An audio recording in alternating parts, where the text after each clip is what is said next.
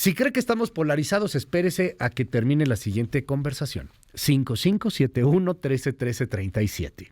5571-131337. WhatsApp abierto absolutamente para todo el mundo.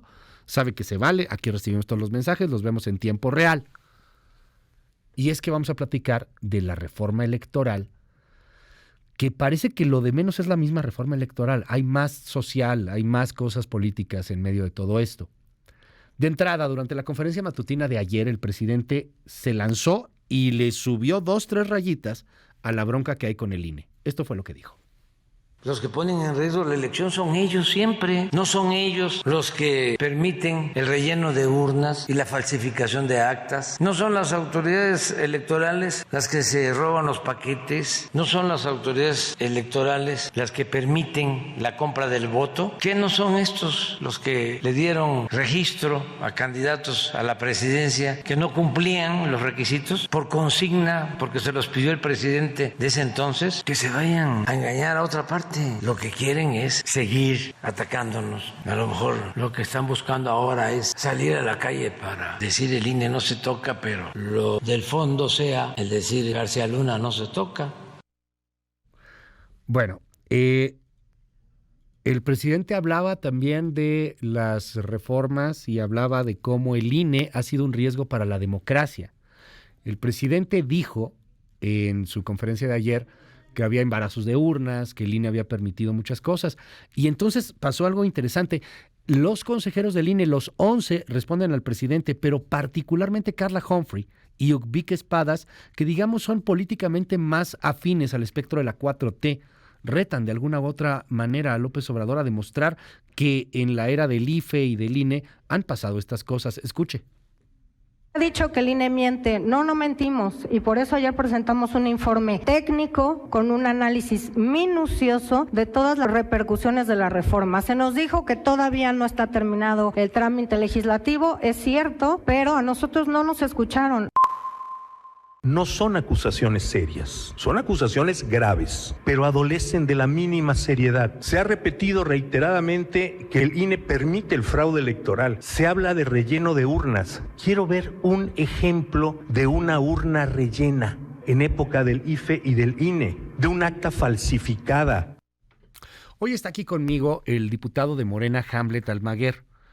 Ha sido pues muy activo en el tema de la reforma que propone la 4T, en las críticas también hacia el Instituto Nacional Electoral, y además, déjeme decirles, es un diputado pues muy joven en la Cuarta Transformación, y me da mucho gusto poderte saludar, querido Hamlet. Bienvenido aquí a MBS. ¿Cómo estás? Muy buenos días, Luis, para ti y para tu gran audiencia. Muy contento de estar por aquí de visita en las instalaciones de MBS. A tus órdenes. Oye, a ver, cuéntanos.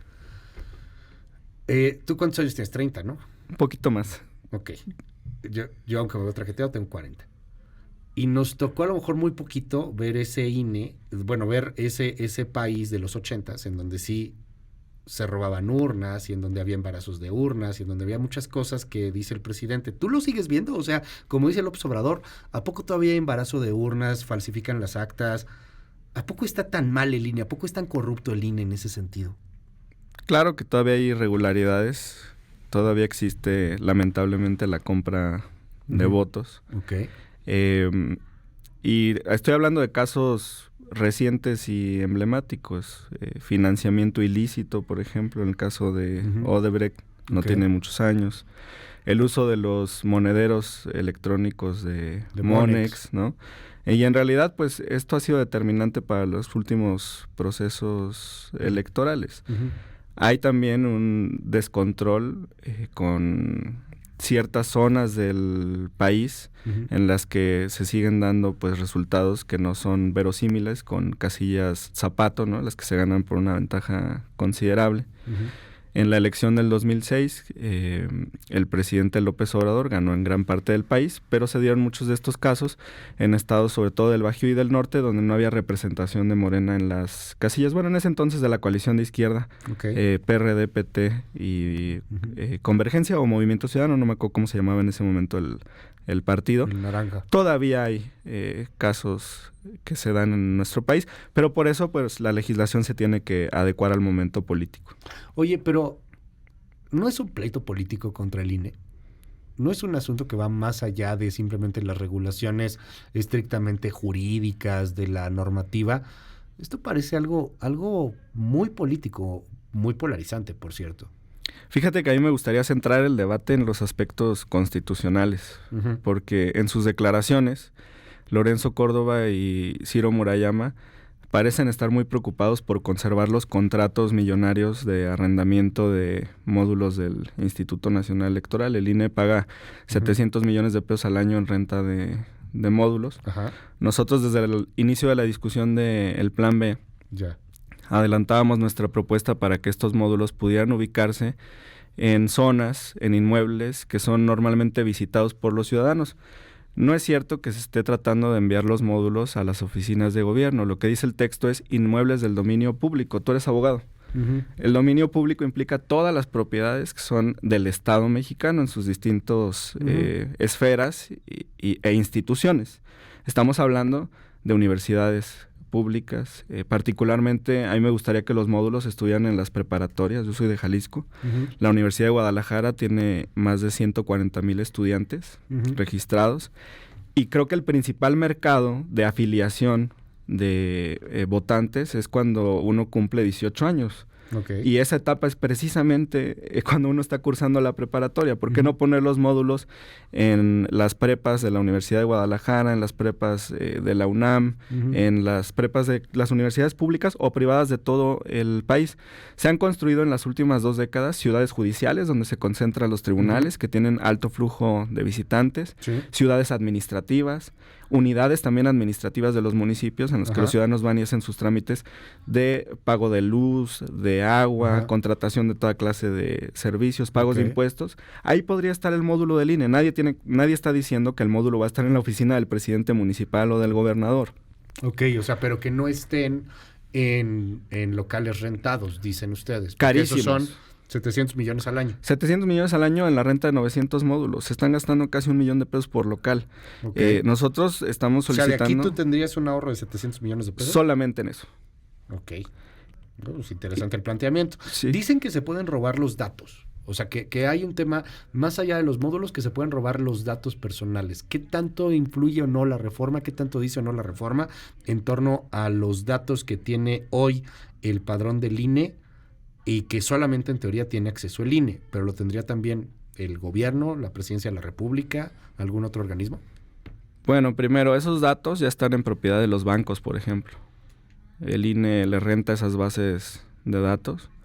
Y además, pues yo creo que toda nuestra audiencia le ha ocurrido que en alguna ocasión... ¿Renta el INE? Está fuerte eso que dices. Sí. ¿Cómo se los renta el INE?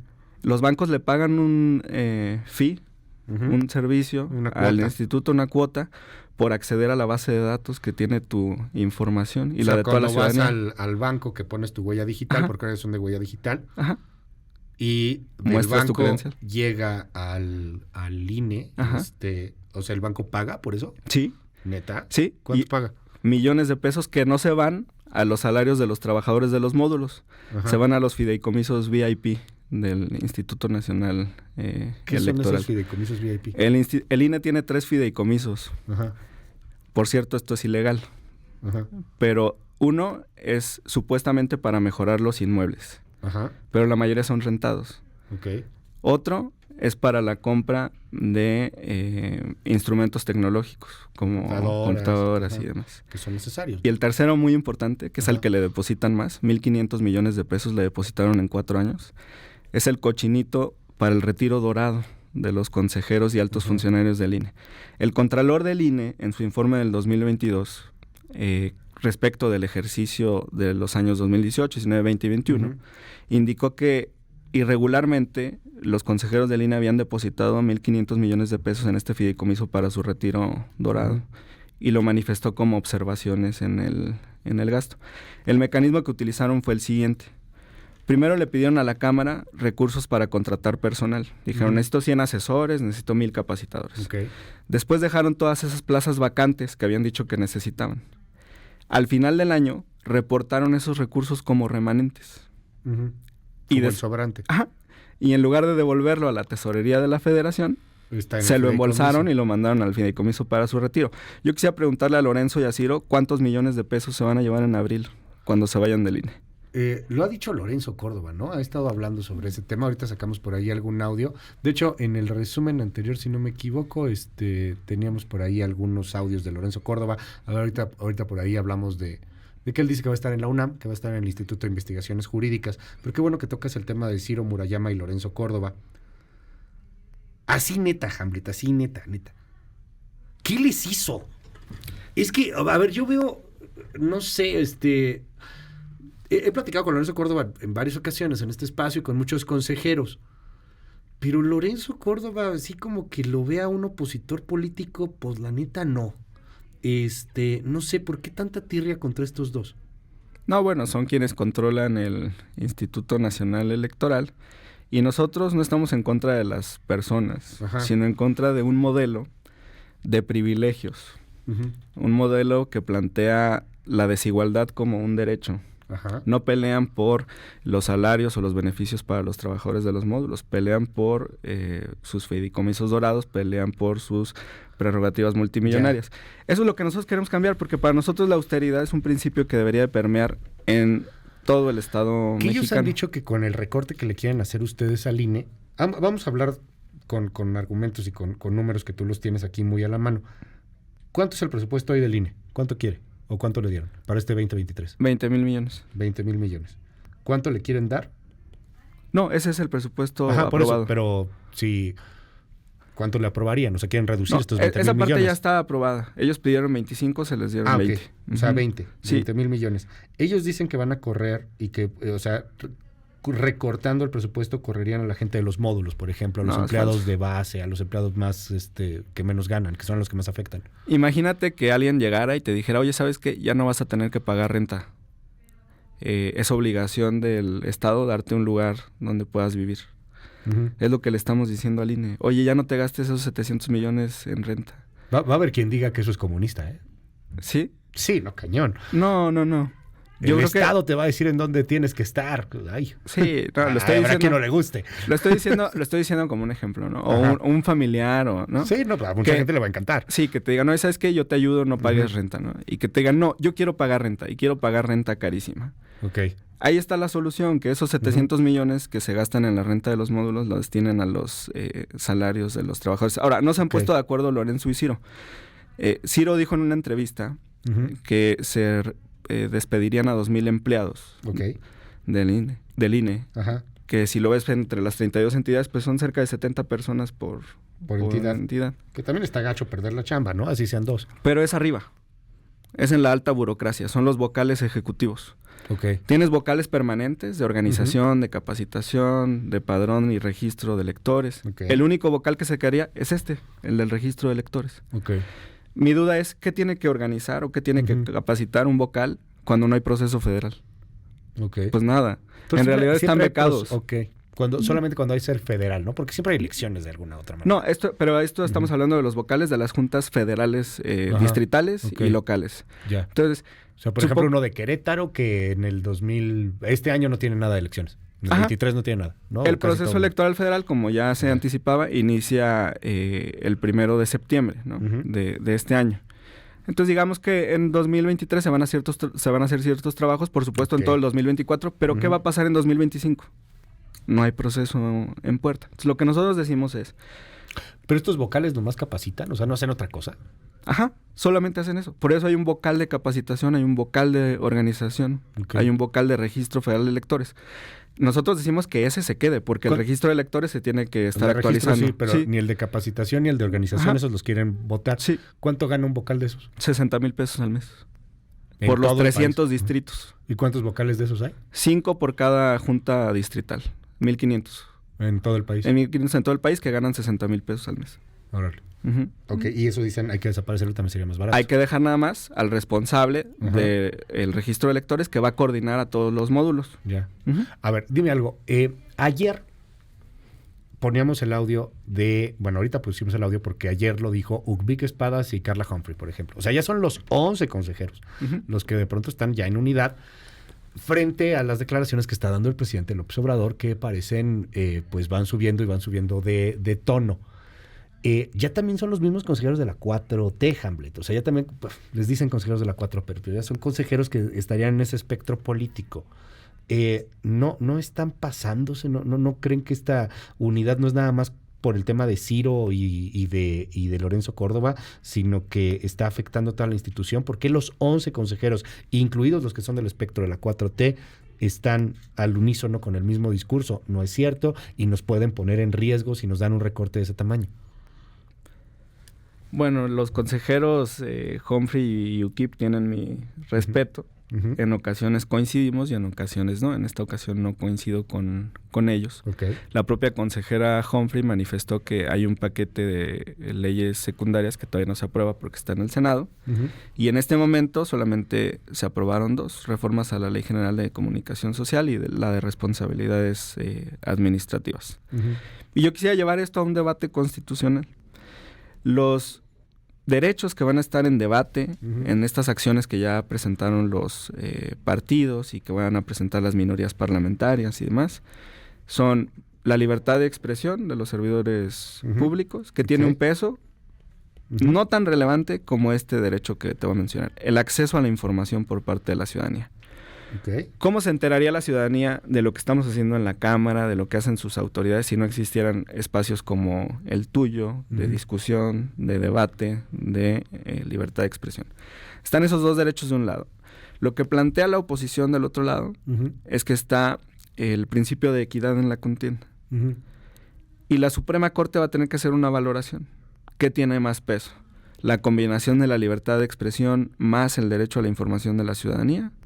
¿O salvaguardar en extremo el principio de equidad y entonces que nadie hable en la discusión pública? Ese es el debate que está ahorita en la Suprema Corte. Ustedes, o sea, yo entiendo, tú estás a favor del primero, ¿no? Libertad de expresión y más acceso a la información. O sea, que se hable. Sí. Que se valga. Que no haya mordaza. Pues ayer mandaron 300 granaderos a la alcaldía de Cuevas, ¿eh? ¿Y viste lo que le dijo Cuevas? Por unos panfletos. Sí, le dijo, a ver, ahorita ponemos los audios, los tenemos por ahí, tendremos los audios de Sandra Cuevas y todo lo que sucedió el día de ayer, porque pues encontraron panfletos o volantes. Oye, ni para detener a unos en Tepito han mandado tanta gente. Digo, la neta, a mí me brincó un poco eso, pero está bien. ¿Qué hacía Sandra Cuevas con eso? ¿Quién sabe?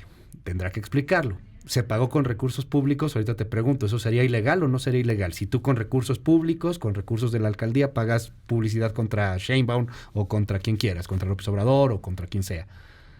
Pero, a ver, es un buen ejemplo de lo que estás planteando. Esto dijo ayer Sandra Cuevas cuando pues llegan estos 300 granaderos y sacan los panfletos. Escuchemos. En el momento en que yo le pregunto al contralor qué está haciendo aquí, no me sabe responder y se va. Se va corriendo como el cobarde que es. El contralor y el fiscal se escondió. En ese momento le mandan llamar a sus granaderos. ¿Me están privando de mi libertad? Me están privando de mi libertad y no me dejan salir de mi edificio delegacional. Si esas oficinas se las quieren comer, que se las coman. Porque yo me voy a comer la Ciudad de México. Así que nos vamos a trabajar y ya saben que a nosotros no nos tiembla nada, ni nos da miedo nadie. ¿Quién nos da miedo? ¡Nadie! ¿A qué venimos? ¡A trabajar! ¿A quién le vamos a partir su... Hoy, más de 300 granaderos toman las instalaciones de la alcaldía, de mis oficinas. Esto es inconstitucional. Esto jamás había pasado en la historia de México, en la historia de la Ciudad de México. Hoy iniciamos un capítulo, una lucha entre Claudia Sheinbaum Pardo y una alcaldesa, la alcaldesa de Cuauhtémoc. Se necesita mucho más para amedrentarme, se necesita mucho más para callarme. Bueno, o sea, a ver, ¿qué pasa con las propuestas de ley? O sea, ¿esto qué sería? De entrada a mí se me hace muy exagerado que lleguen 300 granaderos por unos tristes volantes. Y también me brinca mucho que haya esos volantes en una alcaldía. Pero, ¿cómo cambiarían esas cosas con lo que proponen? En nada, Luis. ¿En nada? En nada. Okay. Hay una distinción muy clara. Nosotros de lo que estamos hablando es de libertad de expresión. Ajá. No estamos hablando de campañas negras, no estamos hablando de la utilización de recursos públicos para tener materiales agresivos. No estamos hablando de almacenar propaganda negativa en oficinas de gobierno. Ahí está la distinción. Acá de lo que estamos hablando es de expresarse. Ajá. Porque el Instituto Nacional Electoral pues, se ha convertido en el Supremo Poder Conservador, en la Inquisición, que detiene a todos los poderes y no les permite desarrollar adecuadamente sus actividades. Pero a ver, dime algo. Tú nos pasa a lo mejor un poco eso, o sea, cuando vemos un poco la historia, o sea, la neta, estábamos muy chavos, o sea, cuando eso sucedía estábamos súper chavos. Son muchas generaciones las que estamos conviviendo hoy día, ¿no? Generaciones de antaño, algunos del 68 todavía incluso, y otros que pues, la neta nacieron casi que cuando mataron a Colosio, que creo que es tu caso, por ejemplo.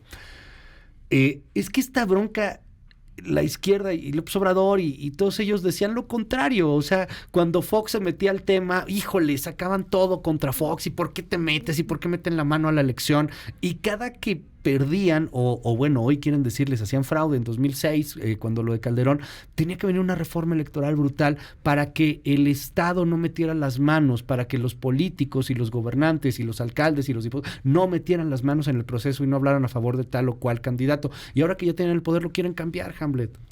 No, de lo que se trata es que la discusión pública esté en manos de los ciudadanos. Estaba atento al noticiero y hace algunos minutos hablabas de el episodio entre Pompeo y el canciller Ebrard, ¿no? Sí. Una de las críticas era si había o no compartido información sobre esas negociaciones. Hoy hay una restricción de parte de las autoridades electorales que no permite estar divulgando de manera continua qué es lo que se hace como autoridad, y precisamente eso afecta el ejercicio del derecho a la información. Pero, o sea, es que lo que prohíben es que hagan como propaganda de eso, ¿no? Que digas qué estás haciendo. Que presumas. Sí, que digas qué estás haciendo. A un grupo selecto de morenistas, el INE nos inició procedimientos. ¿A ti también? Sí, por haber estado un domingo en una plaza pública de Inhábil de Coahuila. ¿En qué andaban apoyando a Verdeja no, o a todavía, Guadiana? No, todavía no era nada de eso. Fue el año pasado. Se hicieron 2 eventos en domingo. Uno en Toluca y el otro cerca de Torreón. Y el instituto, bueno, pues empezó a verificar quién había estado presente. E incluso prohibieron que Morena desarrollara eventos similares con su militancia, que son trabajos meramente organizativos. Sí, o sea, estos que eran los destapes, ¿no? No, porque todavía ni siquiera había... Pero ahí fue cuando estuvo precandidatos ni aspirantes. Marcelo, ¿cuál era? Fíjate que Marcelo tenía COVID y no fue a Coahuila. Sí estuvo Sheinbaum, estuvo Monreal. Y no me acuerdo quién más estuvo. Pero ¿estás de acuerdo que estas restricciones vinieron de la izquierda? O sea, ustedes, no tú, porque, o sea, tú estás en la prepa, pero, o sea, ellos hacían eso, esto de que no te dejaban mover, lo hicieron ustedes mismos. Bueno, ese es el debate constitucional que va a tener la Suprema Corte. No, es que es importante, mira. Tú sabes que toda norma es interpretable. El artículo 1 de la Constitución dice que las tienes que interpretar de manera expansiva. Los derechos humanos no se pueden interpretar de manera restrictiva. Se debe dar la interpretación más amplia, dice el texto constitucional. Entonces, nuestro debate con el INE es la forma tan restrictiva en la que pondera los derechos de acceso a la información para la ciudadanía y de libertad de expresión de las autoridades y servidores públicos. Ese margen de apreciación es el que se tiene que flexibilizar a través de esta legislación. Les dicen que no pueden cambiar la ley en 90 días antes de que empiecen las elecciones. ¿Por qué cambiarlo ahorita que ya, evidentemente ya estamos en campañas? Ya la presidencial creo que arrancó desde el año pasado de facto, legalmente pues todavía falta, pero ¿por qué cambiarlo ahorita? ¿Por qué no esperarse a cambiar las reglas del juego que de todas maneras todo el mundo está violando? De menos ya hasta que termine la siguiente elección, ya que tengamos siguiente presidenta o presidente. Porque es importante avanzar. Nosotros insistimos, por ejemplo, en un aspecto muy relevante, tiene que ver con la participación de los mexicanos desde el exterior. Hay 30 millones de mexicanos residiendo en Estados Unidos y cerca de 6 millones residiendo en los otros países del mundo. y hay 36 millones de mexicanos entonces que tienen dificultades para votar. Nosotros en la Cámara aprobamos que pudieran votar con credencial de elector, con matrícula consular o con pasaporte.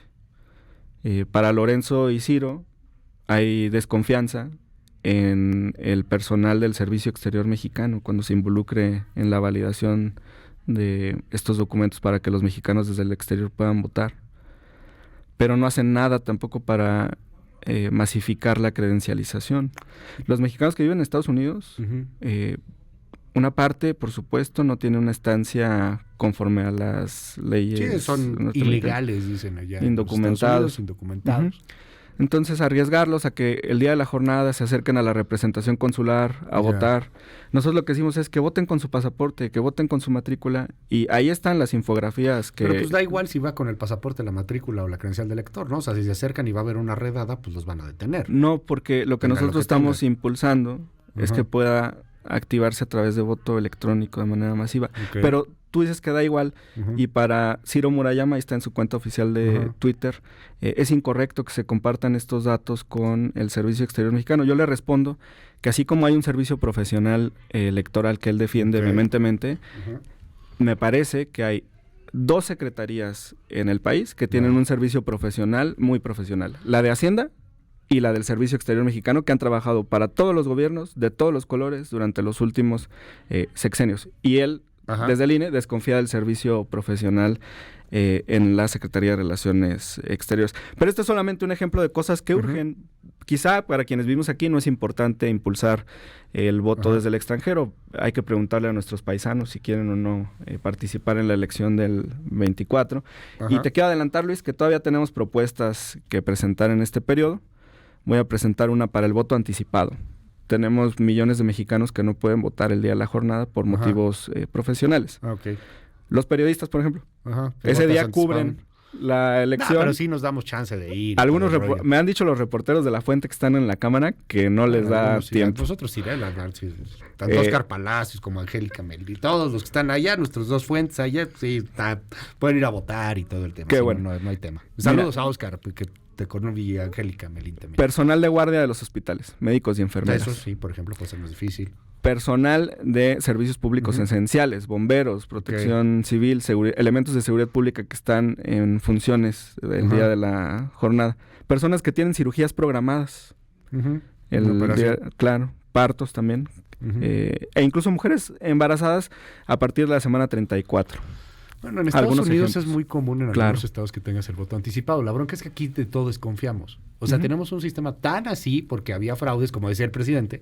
Ahí sí había fraudes y sí, se robaban la urna y la embarazaban y luego se les caía el sistema y... Esa es la bronca, la desconfianza está cañona. ¿A poco ya confiamos nomás porque la 4T gobierna? Tendría que calificarse cada caso.